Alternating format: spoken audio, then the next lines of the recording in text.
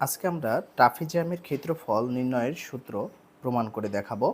আমরা সবাই জানি ট্রাপিজিয়াম হলো যে চতুর্ভুজের বিপরীত এক জোড়া বাহু সমান্তরাল থাকে, এক জোড়া বাহু সমান্তরাল থাকবে এবং এই সমান্তরাল বাহুগুলো কখনো সমান হবে না, বাট এই তির্যক বাহুগুলো সমান হতেও পারে, নাও হতে পারে।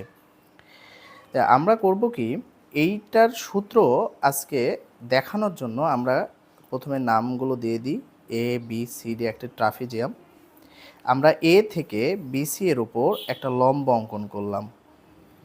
আবার ঠিক একইভাবে ডি থেকে বিসি এর উপর একটা লম্ব অঙ্কন করলাম।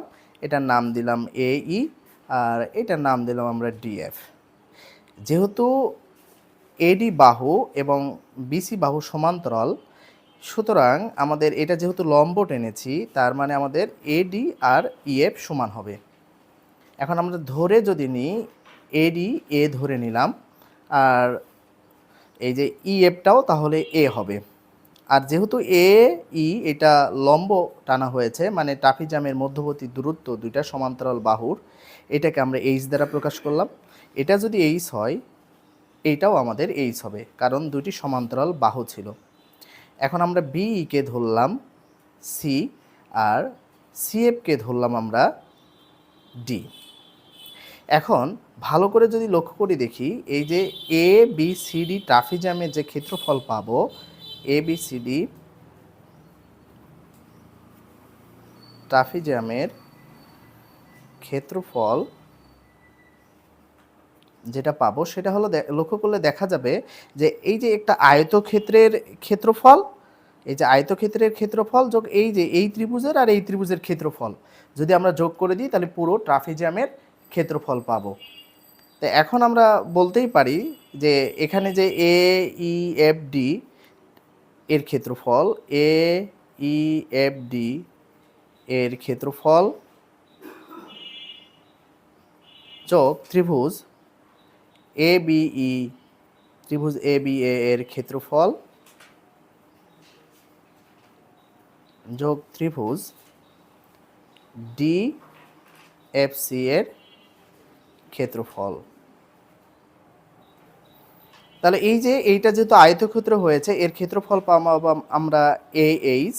আর এই যে ত্রিভুজ ক্ষেত্রের ক্ষেত্রফল কি পাবো, আমরা সবাই জানি ত্রিভুজ ক্ষেত্রের ক্ষেত্রফল ভূমি গুণ উচ্চতা ভাগ 2, মানে সি এইচ ভাগ 2 প্লাস এই যে এই ত্রিভুজ ক্ষেত্রের ক্ষেত্রফল আমরা পাইছি, আর প্লাস দেখো এই ডিএফসি এর ক্ষেত্রফল কি, এই যে ভূমি ধরা হয়েছিল ডি আর উচ্চতাকে ধরা হয়েছে এইচ, তার মানে এইচ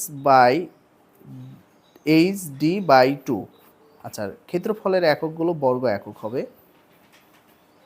এখন দেখতেছি আমরা এখানেও এইচ রয়েছে, এখানেও এইচ রয়েছে, এখানেও এইচ রয়েছে, সবার মধ্যে থেকে এইচ কমন নিলাম, তাহলে A plus C by 2 plus D by 2 বর্গ একক হবে। এখন আমরা যদি এইটা লসাগু করি, যদি তাহলে 2 2 আর এর নিচে কিছু নাই, মানে 1 আছে, লসাগু 2 হবে। 1 দ্বারা 2কে ভাগ করলে 2, 2 এর সাথে এ গুণ করলে 2a, আর এখানে 2 দ্বারা 2কে ভাগ করলে 1 হয়, আর এই সি গুণ করলে 1-এর সাথে সি গুণ করলে সি, ঠিক একইভাবে এখানে ডি হবে। এখন প্রমাণের সুবিধার্থে 2a রয়েছে, আমরা কি করব যে আমরা দেখো এই 2 এর পরিবর্তে a প্লাস এ লিখতে পারি। a প্লাস এ হলো 2a plus c plus d divided by 2। এখন একটা জিনিস ভালো করে যদি আমরা লক্ষ্য করি, মানগুলো যদি বসাই, দেখো এটা কতটুকু ছিল, এ ছিল এডি, আবার ইউএফও ছিল, কিন্তু আমরা এডিটা লিখব প্রমাণের সুবিধার্থে, এর মান হলো এডি। আর এখানে ভালো করলে দেখা যায় সি এ আর ডি এই পুরাটা যদি যোগ করি, তাহলে আমরা পাই বিসি বাহুটা। তাহলে এই যে এ প্লাস সি প্লাস ডি এর পরিবর্তে আমরা লিখব বিসি বাহু ডিভাইডেড বাই 2। তো এখন এটাকে সুন্দর করে আমরা সাজে এইভাবে লিখতে পারি, half AD plus BC into H. তাহলে এডিটা কি দাঁড়ালো, এডি হলো যে আমরা পাইলাম সমান, এডি হলো একটা সমান্তরাল বাহু ছিল, আর এখানে বিসি একটা সমান্তরাল বাহু ছিল। তাহলে ট্রাপিজিয়ামের ক্ষেত্রফল আমরা কি পেলাম, সমান্তরাল